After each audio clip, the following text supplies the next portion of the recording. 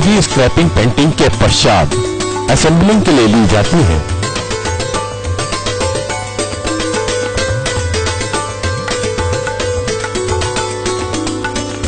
Lower parallel workshop में control arm safety bracket को घिसाव से बचाने के लिए 8 mm थिकनेस की रिंग दोनों सिरों पर अंदर की तरफ से वेल्ड किया।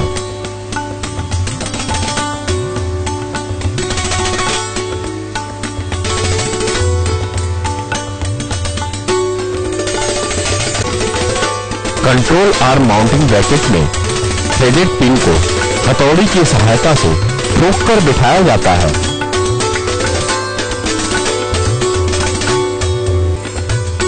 तथा M20 के बोल्ट से उसके सेंटर को सेट किया जाता है।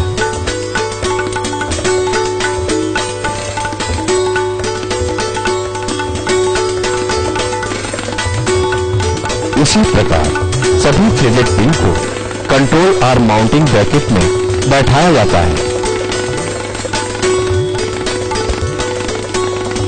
कंट्रोल आर्म माउंटिंग में लगने वाले सभी पार्ट्स एवं प्राइमरी सस्पेंसर तथा रेजिस्टेंस केबल, कॉर्नर रोल के सभी पार्ट्स दर्शाए गए हैं।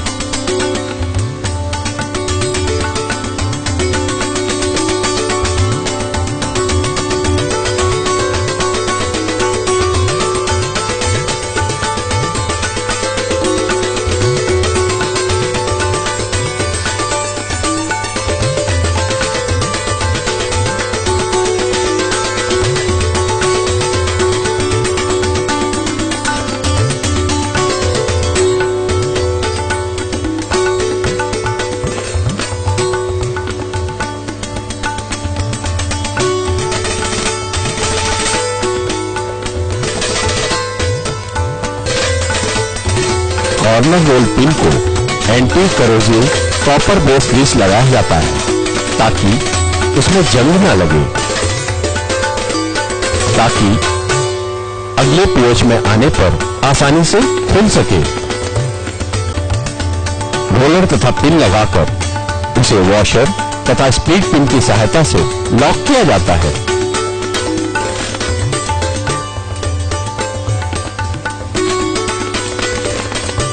स्प्लिट पिन को हथौड़ी तथा पॉइंटेड रॉड से 45 कोण पर मोड़ दिया जाता है। इसी तरह दूसरे कॉर्नर रोल को भी लगाया जाता है। सर्वप्रथम प्राइमरी रबर पैड डाला जाता है, उसके बाद अपर सेटिंग डिस्क डाली जाती है, बाद में प्राइमरी आउटर स्प्रिंग और इनर स्प्रिंग डाली जाती है।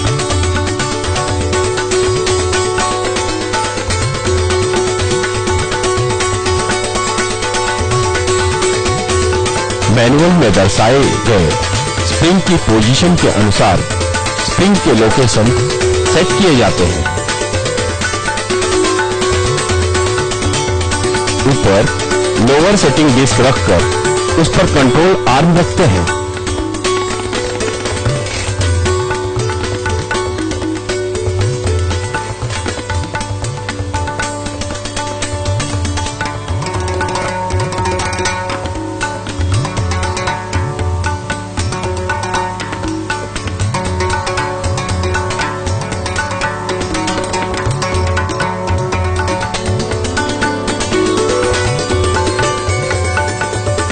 अब कंट्रोल आर्म पर वुडन ब्लॉक रखकर लोड से दबाया जाता है।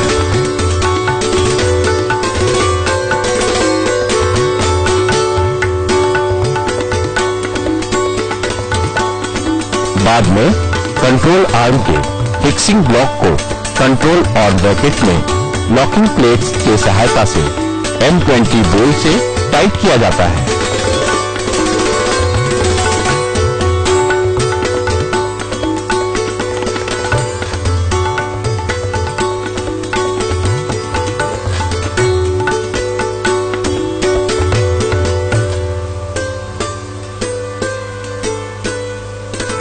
कंट्रोल आर्म के दूसरे सिरे पर लगे सेफ्टी लेग में सेफ्टी पिन को डाला जाता है।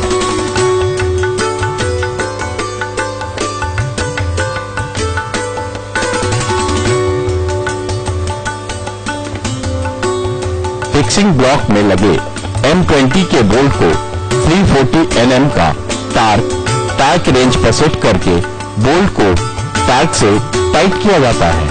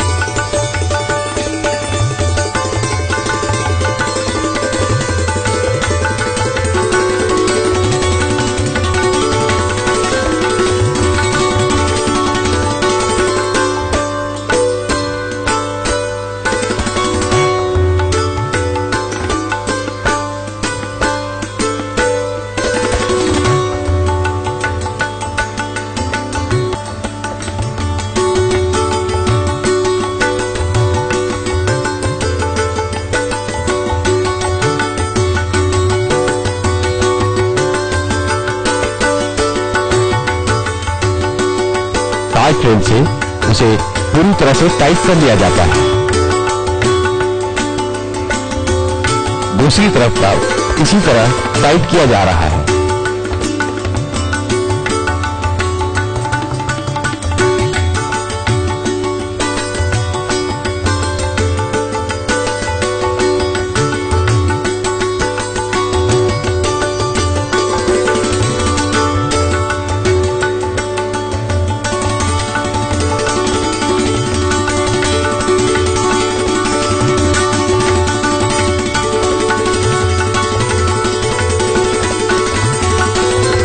स्प्लिट पिन को वॉशर तथा स्प्लिट पिन डालकर 45 कोण में मोड़ दिया जाता है।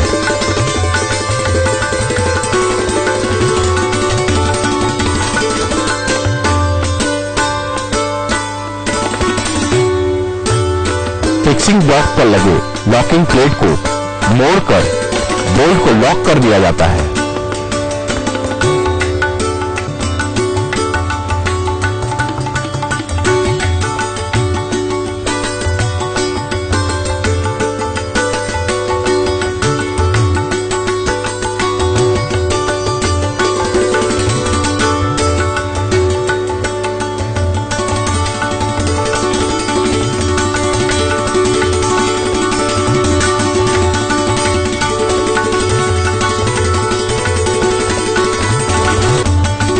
रेजिस्टेंस को बोगी फ्रेम पर लगे ब्रैकेट में M10 के नट से टाइट कर दिया जाता है।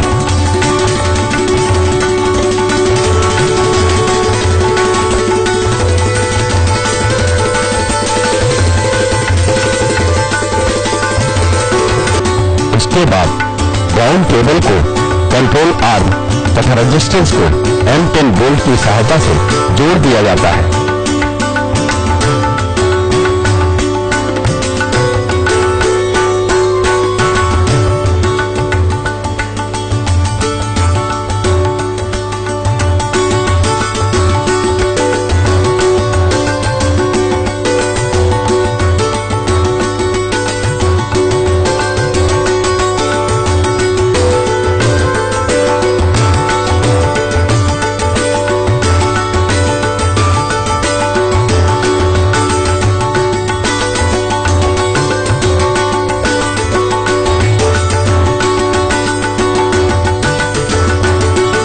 कंट्रोल आर्म को साफ कपड़े से अच्छी तरह से साफ किया जाता है।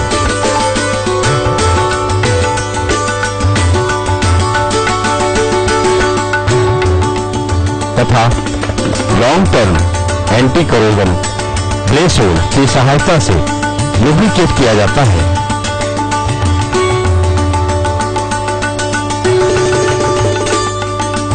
इसी प्रकार अन्य कंट्रोल आर्म भी असेंबली की जाती है।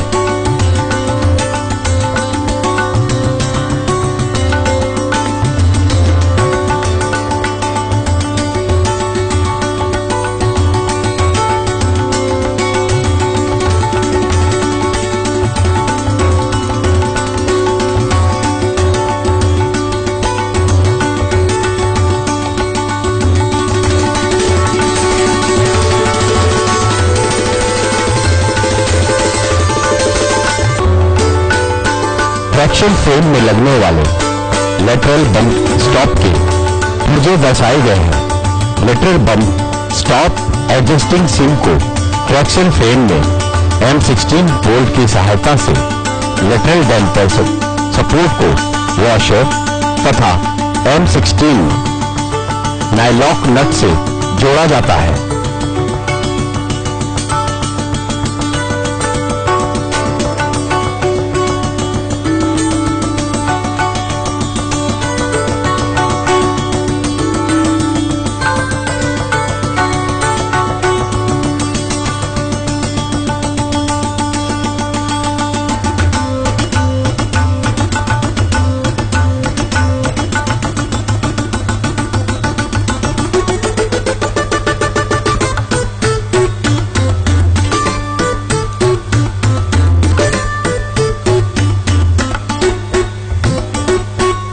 इसी तरह दूसरी तरफ ट्रैक्शन सेंटर फ्रेम में लेटरल बम्पर स्टॉप बिना लेटरल सपोर्ट के साथ M16 नाइलॉक नट से मशीन द्वारा टाइट किया जाता है।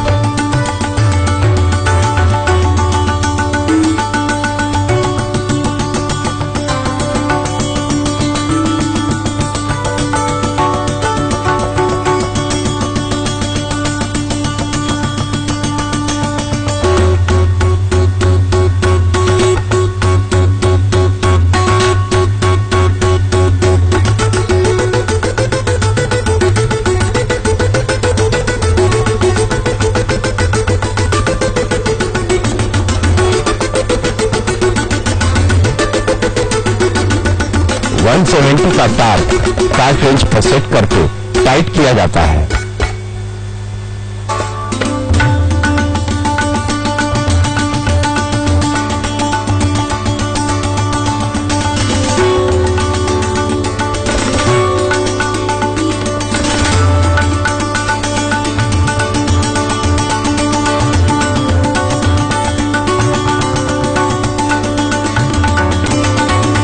इसी तरह दूसरी बोगी के लेटरल बम्पर स्टॉप की असेंबली की जाती है।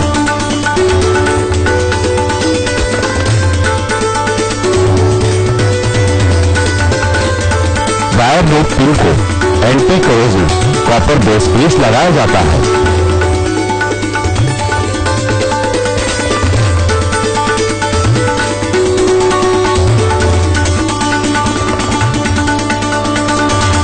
वायर रोप को मोड़कर उसकी जांच की जाती है।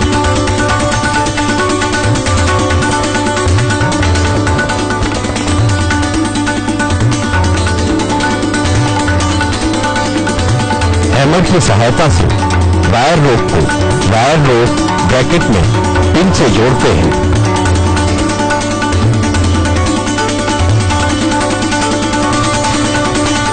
वॉशर तथा स्प्लिट पिन की सहायता से पिन लॉक करते हैं।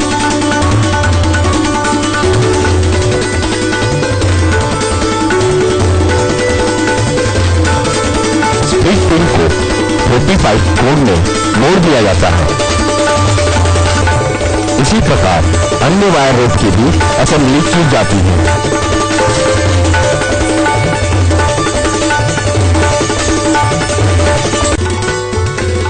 ट्रैक्शन फ्रेम में लगे स्लीव का निरीक्षण करके टूटे हुए स्लीव को बदलकर नया स्लीव हथौड़ी की सहायता से ठोक कर बिठाया जाता है।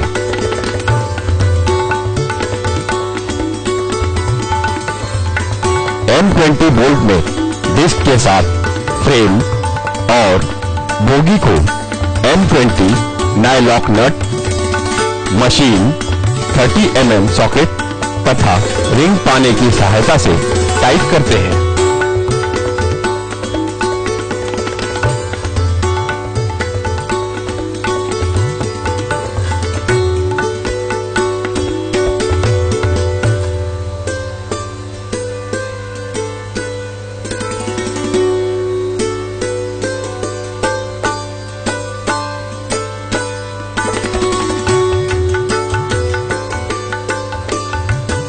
बाद में 340 mm टार्क से नए लॉक नट को टाइट करते हैं।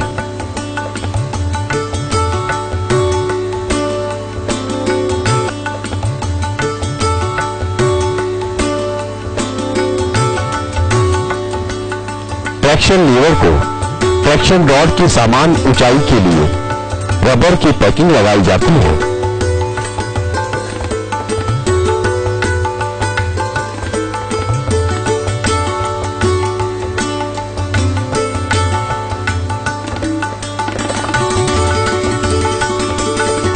उसके बाद ट्रैक्शन रॉड का एक सिरा ट्रैक्शन रॉड ब्रैकेट में तथा दूसरा सिरा ट्रैक्शन लीवर से M24 बोल्ट और M24 नायलॉक नट से जोड़ दिया जाता है।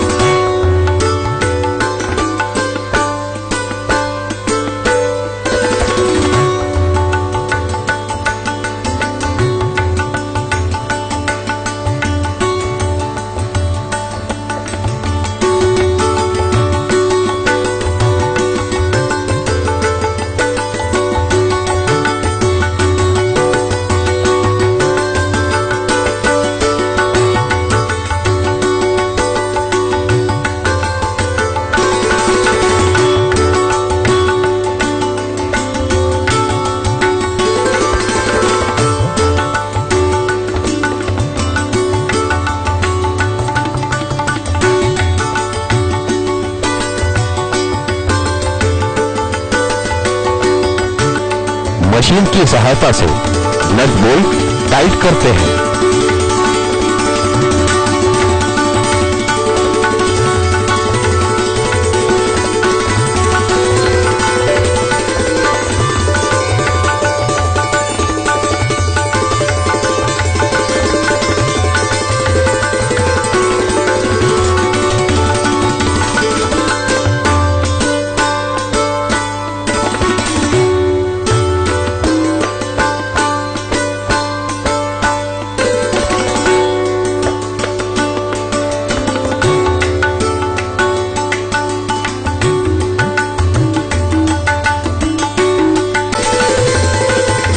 बाद में 592 mm काज सेट करके टार्क रेंच से टाइट करते हैं। इसी प्रकार दूसरी बोगियों के ट्रैक्शन रॉड तथा ट्रैक्शन लीवर की असेंबलिंग की जाती है।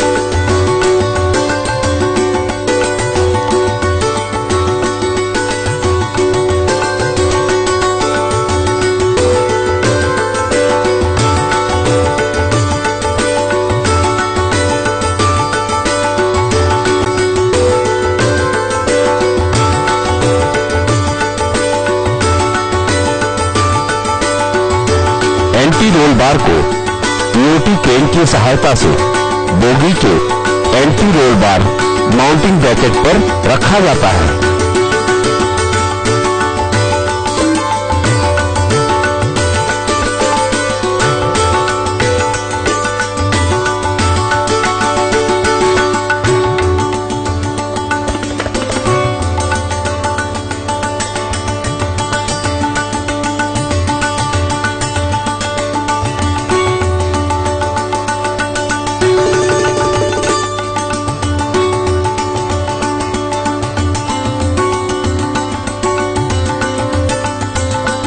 Anti roll bar fixing block के होल और माउंटिंग ब्रैकेट के होल को मिलाकर M16 बोल्ट को लॉकिंग प्लेट स्प्रिंग वॉशर डालकर बोल्ट के थ्रेड को कॉपर बेस्ड ग्रीस लगाकर टाइट करते हैं।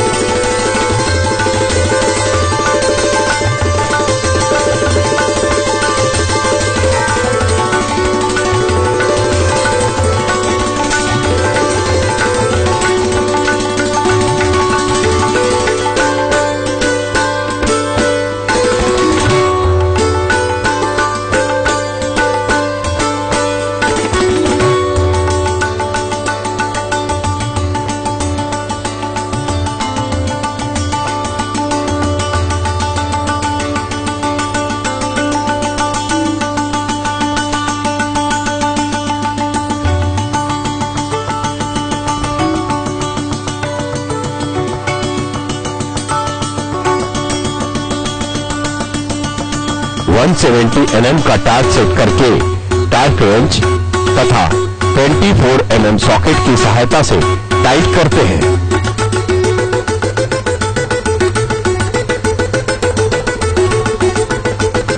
लॉकिंग प्लेट को मोड़कर बोल्ट को लॉक कर दिया जाता है।